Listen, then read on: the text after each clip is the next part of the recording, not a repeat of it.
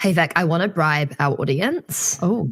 And I know that that's maybe like questionable behavior. Do it. The amount of people that follow and subscribe this podcast is so low comparatively to the amount of people who listen every week. How low? It's 2%. So if you look at our follows, even on like Spotify, it's like what? 500 people follow, but then there's like thousands and thousands and thousands that listen every week. And I was like, holy shit. Okay, Excuse me. I know. But I don't think people realize how much it helps by hitting the follow button or the subscribe button. And we didn't know till recently either. So if you listen to this podcast regularly and you like the conversations we're having, we would love to ask you the tiniest favor. Please, please, please click follow or subscribe. Gosh, that sounded very desperate, but we are desperate. we are a bit though. And it only takes 2 seconds and it helps so much. So please. And you also won't miss out on any episodes of our lovely voices, which, heaven forbid, you might miss out on an episode and not get the content. Oh, gosh. Do you know what I've just realized, though? I said at the beginning of this that we'd bribe them. What are we bribing them with? Click follow or subscribe and you'll find out. I know what it is. If you hit and follow, subscribe, whatever it's called. Oh, gosh. What are you giving away? No. I was just going to mean because it means our show can get better and we can spend more money in the production and we can get better guests. And like it just makes such a difference. So if you like the show, it takes 2 seconds to follow. But then what that does in terms of how we can then grow the podcast, phenomenal. So that's the bribe. If you wouldn't mind, we'd really love that. Thank you. Hi, and welcome to The Curve Weekly, the podcast that keeps you up to date with all the money, business, and stock market tea. Everyone should experience first class at least once in their lives, and Annie shouldn't miss out just because she can't afford it. Help me, I'm poor. Oh my God. Honestly, living in 2 countries is a bit more stressful than we've been, isn't it? I'm leaving on a jet plane. Don't know where. I normally think about like shut up when people sing, like random people in that situation.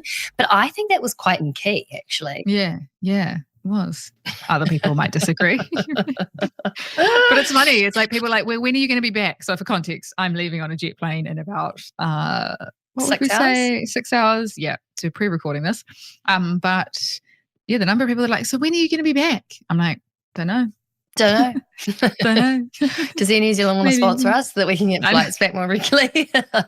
Oh, it'd be quite good. It would, wouldn't it? If anyone works at Air New Zealand, please get in touch. Yeah. Any airline will do. And to be honest, we'll go with Jetstar. We're not loyal. Oh, gosh. Yeah, no, it's funny. Like you think you're so ready and you're all packed and you've got everything, your I's dotted and your T's crossed. And there's always stuff that's like, oh, shit, this, oh, shit, that. Well, like I had that. I was meant to leave on 3 days ago. And I actually just had to move my flight because I was so ambitious with what I had to get done. My room, honestly, like I had some friends over for like the last supper and I literally was changing my flight at about 7:30 p.m. the night before I flew out. And a friend went down to use the bathroom, which is near the room, like my bedroom downstairs. And I just was like, don't look in my room. And I heard this like kind of yelly, oh my God. I was like, I said, don't look, fuck. It's like when someone's don't press the button and it's like all you want to do is press the button. You're like, oh, no, I'm the same as staying at my sister's and she knocks on the door the other night and I was like, don't come in. I'm coming. Because I was like, I don't want you to see the state of my God. I've actually half packed in the corner and then another bag that's to go somewhere else. And then, honestly, it's just all like over the show. Shit everywhere. I've actually got a tip for people, which I never thought about doing, but because I've been going through heaps of stuff that I've got like in a garage stored here, I found all these new clothes that I put aside before we went to London that I was like, oh, I don't need that because of the seasons or whatever. And now I feel like I have a new wardrobe. I'm like so excited to get dressed in the morning. You know that feeling when you have new clothes and you're just enthusiastic about how you look and doing stuff. And anyway, I think it's what they do with kids for toys, don't they? They hide them in a box and then get them out. Like trick yourself. Hide half your wardrobe and get it out again. I'm excited to go back to London because I'm like, all these clothes that I left there that I haven't been able to wear while I'm here. It's so good. Be like a new wardrobe. Yeah. It's a real hack. Yeah. Treat your clothes like toys and hide half of them. Treat yourself like a 2-year-old. Yeah. Yeah, exactly. Anyway, so there's been so much going on this week. I was like spoilt for choice. Oh, In terms really? of what we talk about. Yeah. Should we try get through more than we normally do? Like, should we do lots of different topics? Sure. Yeah. Why not? Let's just, if Yeah. there's heaps of good stuff, That's let's funny. do it. So probably be like, oh, and this is what you chose to Yeah, you talk could have about? skipped Was this it? one. I reckon can you're just getting feel better. the energy No, through honestly, I through reckon the you're getting report. so good at picking the good Oh, stuff. I thanks, don't even mate. look at it anymore. I'm just like, I love that I say anymore as if I ever I looked know. I over was this like, stuff. like you did. But like sometimes I'd come to the records being like, what's she picked out today? And now I'm like, oh Yeah. no, she is on fire. Well, good old Warren Buffett, and I say old because he is old. He's 93 years old. So every February, his company, Berkshire Hathaway, he writes an annual letter to its shareholders. So, and it's kind of, he's been doing it, I think, he's done 58 letters now. So that's a long time that he does a letter once a year. How long are Anyway, they? They're like 4 pages. 5 Holy shit. pages. Did I see Yeah. it? Is this one about Charlie? Yeah. Oh so my God, I he saw wrote- this. Yeah. So Soph comes to me in a meeting and she was like, so Vic, I think we should do something about the letter that Warren Buffett wrote to Charlie Munger. Have you read it? I was like, in my head, I was like, I should lie, but I can't. So I was like, no. And I was like, oh, yes, no, it is. It did Wait, so have you a had little- read it or you hadn't read it? No, I hadn't read it, but I was like, I should say yes because Oh, because you thought I'd get you to it. Oh my God. Yeah. Fuck yeah. Do you know the only reason I came across that is because someone sent it to me? It's not because I was scrolling the Financial Times or something. definitely No. not. And also No, full you don't need full to. You got disclaimer, me. I read half of the first paragraph. So, yes. So every year, Berkshire Hathaway has an annual general meeting, and to coincide with that, they have a letter that they release to shareholders. Anyway, and it usually dictates, you know, the investments that the company's made, how well it's done, profit, revenue, all of that fun stuff. But this one is that, yes, it included a beautiful tribute to Charlie Munger, who is, for those who don't know, Warren Buffett's right-hand man, who died 33 days before his 100th birthday. That's so shit. Yeah. But to think they're still investing. So Warren Buffett, 93, he's still investing. And Charlie Munger was 99 and still investing. Like, that's I know crazy. he's kind of 100 because you know how you don't get called one until you've lived for a whole year? Well, you're just changing the whole age landscape. It kind right of, now. right? Like he was in his 100th year. Yeah. Sorry, not important He at was. all. Yeah, not important. No. So But sorry. anyway, the important thing was the amount of cash that Berkshire Hathaway has. So this means this is cash on the balance sheet. This is money that it's not spending, that it's kind of saving for a rainy day. And they have $170 billion to play with as cash that they can use to buy investments, to invest in other companies, just like that, their free will, really. And that was up $40 billion over the course of 1 year. So they've increased their cash by $40 billion to $170 billion. And the thing with this is people are going, okay, well, if Warren Buffett and Charlie at the time are not investing, why are they not investing? They're not seeing opportunities. They'd rather keep the cash than invest in businesses. But is that like And- an absurd amount for them to have in cash compared to what they normally would? Yeah, it's a massive amount. Yeah, it's all due to the lack of opportunities, really, to put that cash to work, as we would say. So people are like, "Ooh, is this a warning? The fact that one of the best investors in the world Can't is find not opportunities. investing?" Mm. Yeah, and that's because we spoke a few weeks ago how the stock market in the US had reached all-time highs and has done, fantastically well. But yeah, so historically, Warren Buffett has been very conservative. And so the fact that the stock market's reaching record highs, Warren Buffett's not spending, this has kind of got a few investors concerned about, like, oh, well, should I be, like you said, selling some, taking profits, locking in some profits that I've made, not investing, holding on, will the market fall? All these questions for people that are trying to time the market, which is not the best idea. And then other indicators as well. We had Jeff Bezos a few weeks ago, you'll remember, he sold $9 billion worth of Amazon stock. Oh, that's right. There's Mark Zuckerberg, who has also sold some shares in recent Oh my weeks. God, shit, this is freaking me out. We've got the CEO of JP Morgan, Jamie Dimon. He has just said that he's sold about $150 million of stock in his first ever sale. There's the Walmart family selling. So there's a lot of people that are selling. Is that Kara selling? No, Vic Harris is not selling. She's there for the long haul, baby. Okay. Yeah. I kind of love that. Can you say baby more? It sounds fun. Just when you talk money to me, baby. Oh, wow. So everyone's yes, selling. Yeah. So you've got Warren Buffett sitting on cash. You've got people selling because they want cash. So I don't know. There's just a bit of air of concern in the stock market at the moment of what's going to happen. But hey, if you're in it for the long haul, there's been so many ups and downs historically over the years. And there's a great quote that I remember saying to you a while ago, Soph, and you were kind of about Is it the choose your hard one? No, I hate that one. forgot about that one. I hate that quote. It's so good. It's my favorite quote. And it's the most depressing quote ever. What is it like? Getting fit is hard. Staying unhealthy is hard. Getting married is hard. Being divorced is hard. Being broke is hard. Being rich is hard. It's like so choose your hard. Yeah, I like hated it. I remember you hard. being like, when we first started doing like video content, you were like, oh, I've got a really good quote that we can use in this bit. Like, oh, it's real good. And then you said it and I was like, I thought it was so heartfelt. Please I not. was like, life is hard. Like I remember saying it to the camera.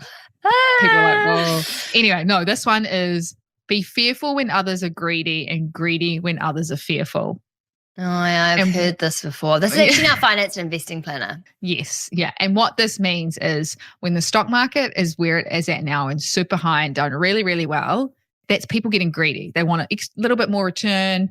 The stock market's done well, which means that a lot of investors are investing or demanding certain companies' shares. And so this is Warren Buffett sitting in the sidelines being fearful because others are greedy. And then I would say what will happen is that if we do see the stock market fall, that's when Warren Buffett will be greedy because others are fearful, and people will be pulling their money out because they're like, oh my gosh, the stock market's falling. They'll pull their money out, and that's when Warren Buffett. So maybe that's why he's holding on to so much of it now, because it's high and because everyone's being greedy. Yeah. Oh, that was the whole point. That's why he brought up the quote. Yeah. Got it. But hey, we got there. And one more thing that was in the shareholder letter that he wrote was how well the 5 companies in Japan that he's invested in have done. So they've done fantastically well, and we spoke about this last week as well around this Japanese stock market doing really, really well. I kind of wanted to get an ETF. I forgot about that. Yeah. Can't do that with $4 in my account. Hey, you can do it with $1. True, I could. Vic, I'd like to just ask you before we move on from Wazza, what are we going to do when he's not around? Who's going to be the king of investing? Or queen. Oh my God. Sometimes it's so annoying how ingrained it is, isn't it? I know. I was talking, I think it was an event or something, and I was talking about a doctor, and I was like, and then he does that, and I was like, he or she, like you constantly have to correct yourself. It's bad. We've actually got an episode coming out in a bit about girl maths, and we found ourselves doing the same thing. We were speaking to an economist who was a woman, and we just kept like foot and mouth diseasing it. We were like, we're so sorry. We're playing into exactly what you're trying to explain is a problem. Yeah. But this is the thing. We've been conditioned for so long. And we've seen what we've seen for so long in society that is going to take a while to undo that, but we're trying our best. Cut us some slack. Yeah. In other news, Reddit is IPOing. Oh, which means interesting. That it's going to be a public company for the first time. Do we know what it's been valued at? $5 billion, yes. And it's the first really prominent social media platform since Snapchat IPO'd in 2017, which has been an absolute disaster. So it'll be interesting to see how this goes. But it's going to IPO on the New York Stock Exchange. And so you've got the New York Stock Exchange and the NASDAQ, which are the 2 main stock markets in the US. So those companies, the New York Stock Exchange and the NASDAQ, almost like a bid for companies to list on them. So they might be like, look, like NASDAQ might be like, look, we can cut you some fees here and you don't have to do this. And we've got all these other companies that have done really well. List with us. So it's like an insurance broker. I'll give you a better deal. Yeah. Or it's like, our platform's great. You should choose us. Usually, the special case with Reddit is that usually IPOs, they're dominated by institutional investors. So companies, like funds management companies that I used to work for, we would get almost first look at IPOs and we'd say, yep, we'll take this much. We'll take a few $1 million of this. And then there's kind of little bits left over for retail investors like you and me. So they get the last like dribs and drabs. Whereas the key thing, which is really, great for... It makes sense though, because you would have way more as a professional if you're running a fund to invest than you or I would. Yeah. And the companies, they want to know, okay, cool. 80% is supported by funds management companies or like they're interested. The key thing with Reddit is that they've flipped that on its head and they've gone, you know what, we're going to email all the users of Reddit and say, hey, if you want to be an investor, you can pre-register or here's your option to become an investor through the IPO. And that's going to do so well. Yeah, quite cool. Like power back to the people kind of thing. So it's like crowdfunding. It's like if the Curve ever wanted to raise, actually maybe doing it that way and having the Curve community invest in us would actually be really cool. Yeah, definitely. So it's quite a cool way to, especially because it's a social media platform, it relies on its users. It has 73 million users a day use its platform. But that's crazy. So every day there's an average of 73 million people using Reddit. Ugh. I'm like, gosh, I can't imagine that many people using the Curve. Oh, we'd need some serious customer service teams, wouldn't we? Gosh, yes. Oh, gosh, we'd need some serious customer service. Anyway, so yes, $5 billion IPO of Reddit, and it's generating about $800 million in revenue last year. So, and that was up about 20% on last year. And I've lost her. No, sorry, I keep yawning, but not because of you. I've just was up really early. Doing what? So sorry, do we get to nothing? I promise. I got up so early I went to Sala. I went to a Pilates class. Yeah. Nice. It's the first time I went, Pilates. 7 a.m. strength? Oh, yeah. Nice. It was so good. I got home today and I said to my dad, I was like, God, I felt like I had a really productive 2 days. He's like, do you think that's got anything to do with the fact that you did a yoga class yesterday and a Pilates class today? And I'm like, you know what? Yes. Thanks for rubbing it. When you should move your body, but you just... hard to get back in the habit sometimes. That reminds me of that so off track. Is it Madagascar where it's like, I like to move it. I like to move it. I like to move it. I like to move it. Lots of songs in this one. Yes. So anyway, I don't even know where we were. So can I just say something funny? When we dance sometimes, in my head, I see myself as a really good dancer. So there'll be a hip-hoppy song on and I honestly reckon I'm dancing like Jason Derulo, but I'm not. And just then when I was like, I like to move it, I honestly thought you were Jason Derulo. I thought not Jason Derulo, but I felt like I was just dancing really good, even though I know I'm going to see this back on the video and be like, never do that again. Yes, but there's lots of other IPOs as well that are happening. So there's Shine.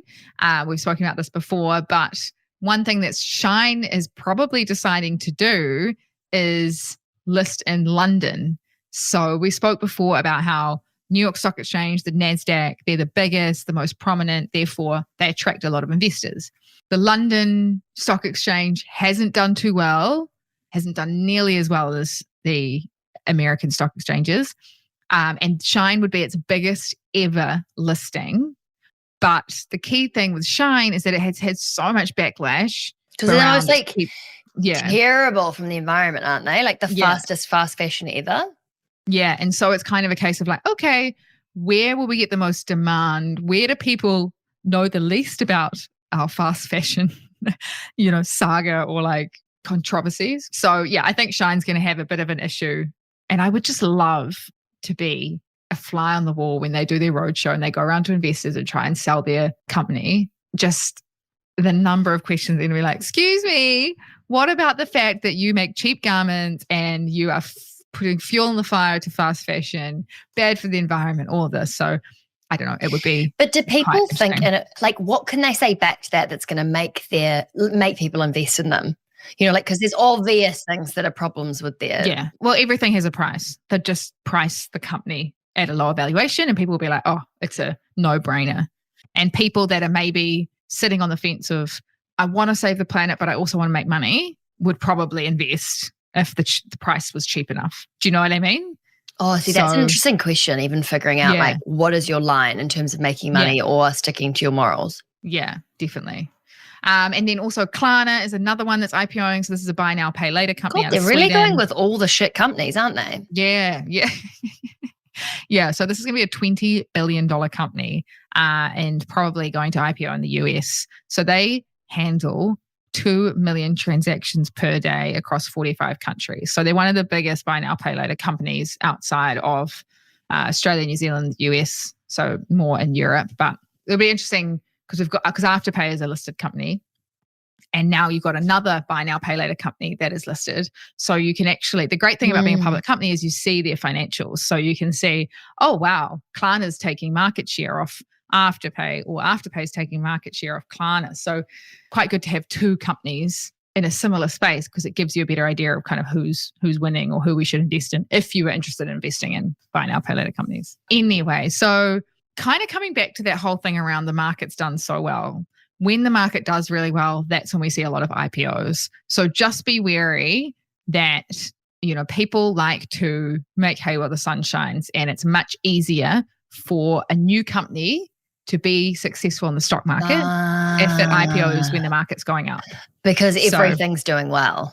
Everything's doing well. If it's all doom and gloom out there, it's going to be a harder sell. It's going to be a harder slog to get investors on board or to buy your shares. So this is why you do start to see a lot of IPOs when the market's doing well. And then when it's not doing well, companies are like, I don't want to IPO. In other news, so how you have, if everyone orders an Uber at the same time, there's surge pricing. If there's a concert on and everyone's trying to get home, or say a flight that's in really hot demand. So around Christmas time, we want to fly home from London. Flights are absolutely ridiculous. This is what you call surge pricing. So when there's a surge in demand, the prices increase. Now, imagine this happening around dinner time. Everyone's trying to order dinner from a fast food company, and they're like, you know what? We're going to surge prices because everyone wants to eat dinner at the same time. Are they going to do it with Uber Eats? No, with Wendy's. The fast food chain Wendy's has come out, their CEO has said, you know what, just like Uber and just like airlines, we're going to try surge pricing. So certain menu items will be more expensive during peak times. And everyone's like, are you kidding? Like, what the hell? And there was like this preemptive consumer backlash. Everyone's like, oh my God, absolutely not. You're not going to be doing this. Are they listed? And then, yeah, Wendy's is a public company. Did it plummet? Good question. But I think from it's hard to tell with these kind of initiatives. It's hard to tell because if you're going to get more revenue by charging more, yeah, it's like, well, then maybe it's good for investors. But I mean, share price hasn't really done much, to be honest. Pretty bold. It's like saying this is the most popular top in our whole collection, so we're going to make it actually twice the price just because everyone wants it. Like, yeah. And I guess it's like it's fine when there's limited supply, like ticket sales. If people are going to buy them and then resell them because more people want them, there's only a certain number of tickets. Whereas Wendy's, it's like, yeah, true. I can go elsewhere to get a cheeseburger. Like you're not that hot shit. It's pretty funny.